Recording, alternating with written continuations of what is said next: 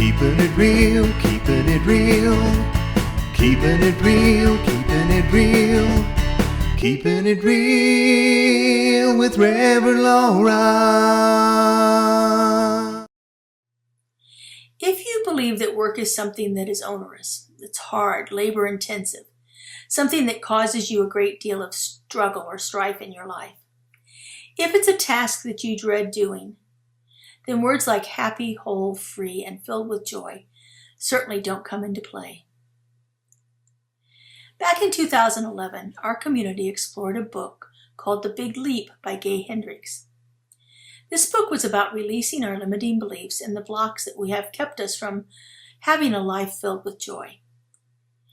And it's about finding the work, our soul's work, our life's work, that leads us to develop and experience that everlasting expansion, that wholeness and freedom and joy that Ernest speaks of.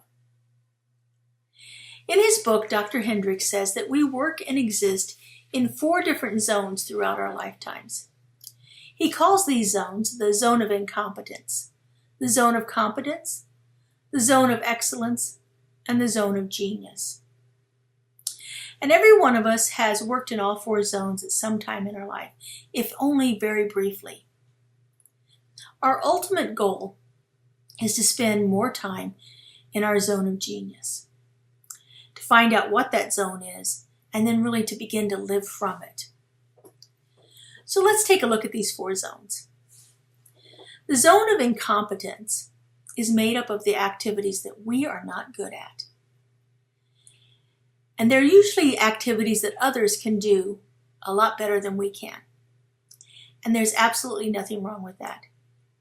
It is okay not to be able to do everything. Now that doesn't mean that we can't try to master some of these tasks when we're doing them in a way to improve ourselves. But when we spend too much of our time trying to do things that could so much more easily be done by somebody else, we're giving away our life energy in things that do not bring us joy.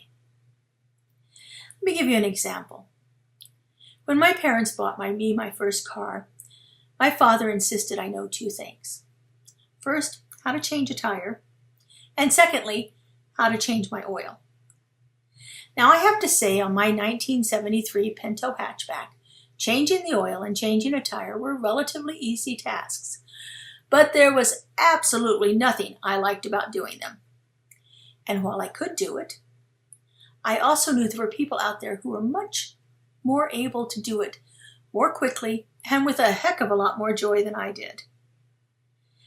And honestly, thinking about changing a tire and oil nowadays with the complexity of cars and the age of my body, it is never ever even a consideration. Just the whole idea of laying on the ground and the dirt and the grime under my fingernails is enough for me.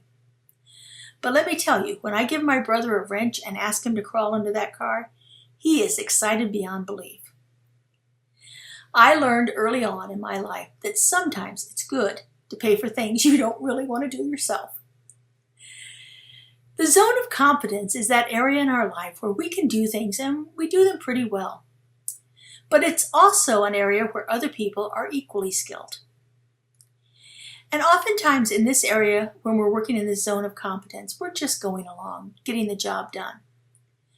This is where we're not really challenging ourselves, where we become complacent or resigned to just simply doing these things, get them done, things we know how to do, we can do them with our eyes closed, and there's nothing more to it.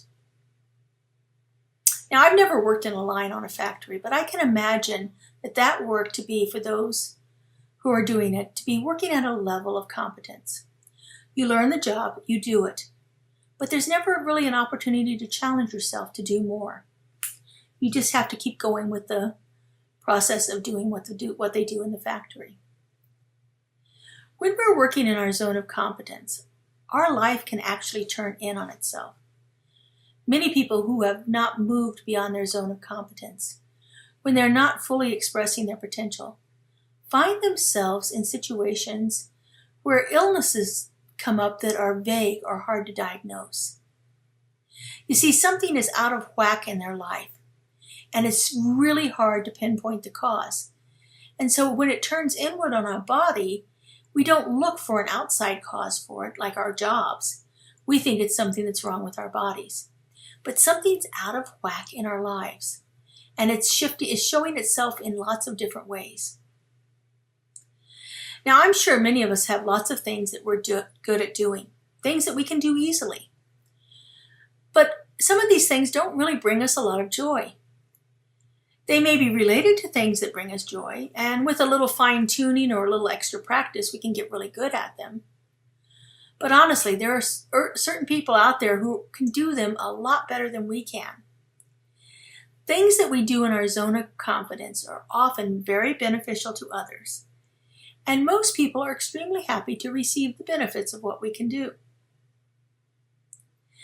Now, the zone of excellence varies in that these are activities that we do extremely well. We can make a good living in our zone of excellence.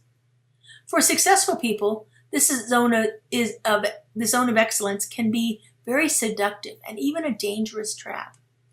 To remain in this zone is to hobble yourself and never experience the sense of wonder and joy that comes from moving into your zone of genius.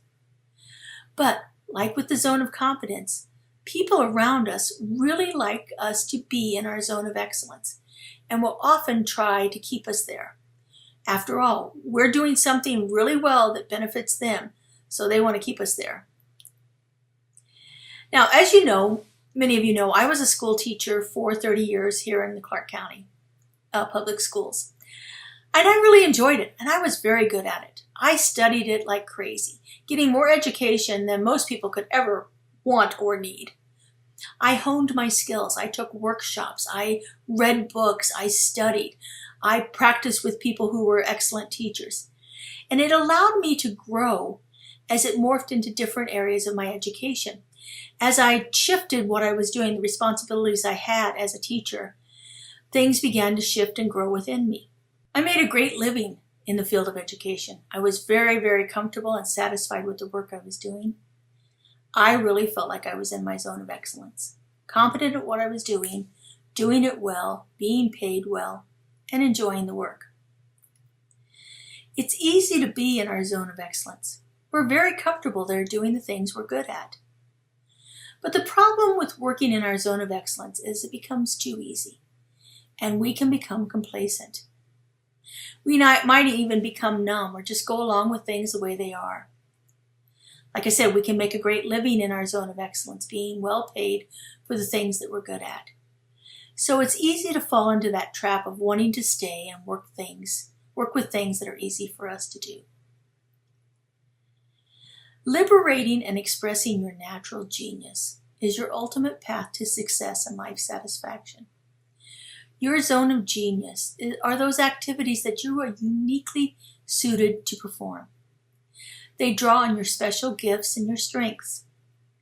Your zone of genius beckons you with increasingly strong calls as you go through your life.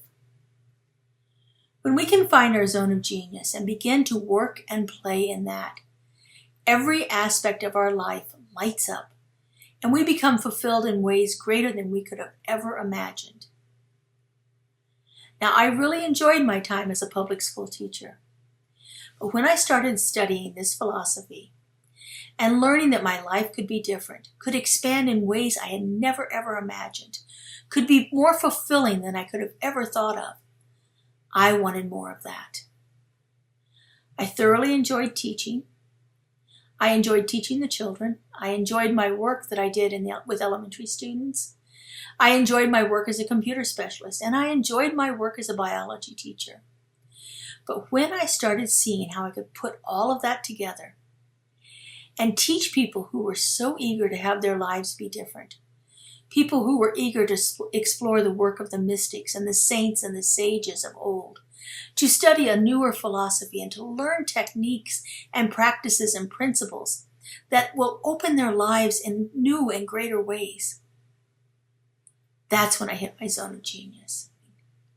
If you feel like something in your life is left unfinished, or if you're looking for more than what currently exists in your life right now, it may be time to figure out what your zone of genius is and what your soul is longing